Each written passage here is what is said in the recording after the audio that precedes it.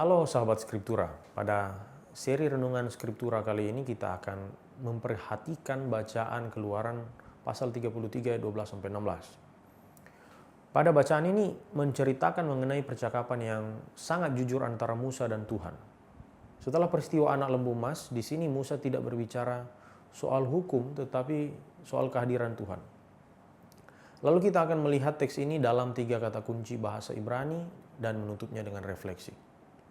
Kata kunci yang pertama adalah kata yada, artinya mengetahui. Kata yada juga berarti mengenal. Dalam ayat yang ke-12 dan 17 ini, Tuhan berkata bahwa ia mengenal Musa.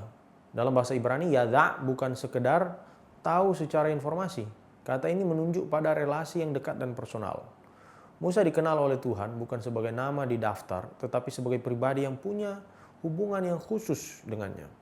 Ini menjadi dasar kebenaran dan keberanian dari Musa untuk berbicara terus terang.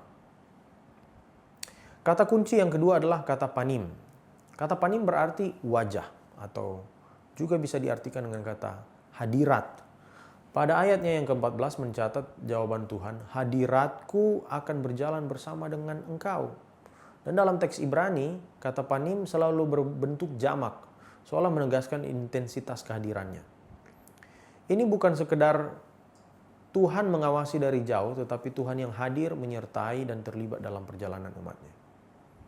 Kata kunci yang ketiga adalah kata nuah. Kata nuah berarti memberi kelegaan atau memberi perhentian. Masih di ayat 14, Tuhan berkata bahwa ia akan memberi kelegaan.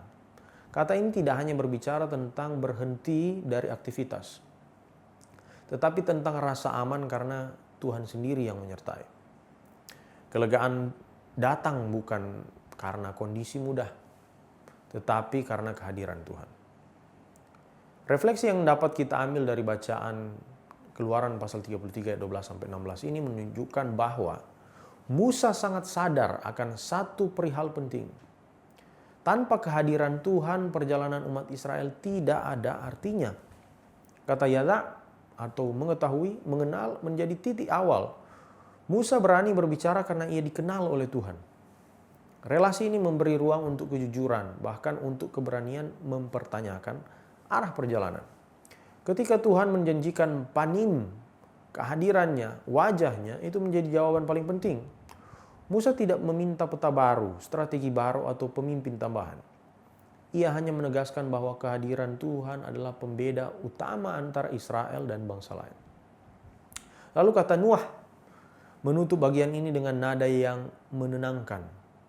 Kelegaan bukan dari hasil dari perjalanan yang lancar, tetapi dari keyakinan bahwa Tuhan berjalan bersama.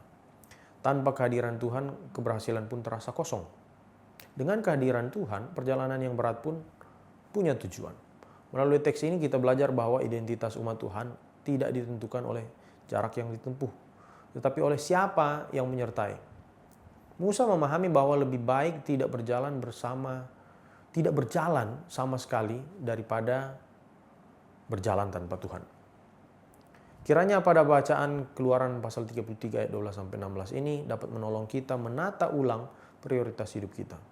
Bukan sejauh apa yang kita langkahi, apa yang kita lakukan, tetapi apakah Tuhan hadir dan berjalan bersama dengan kita.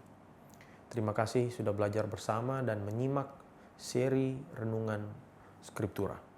Sampai jumpa di video-video kita selanjutnya. Tuhan memberkati.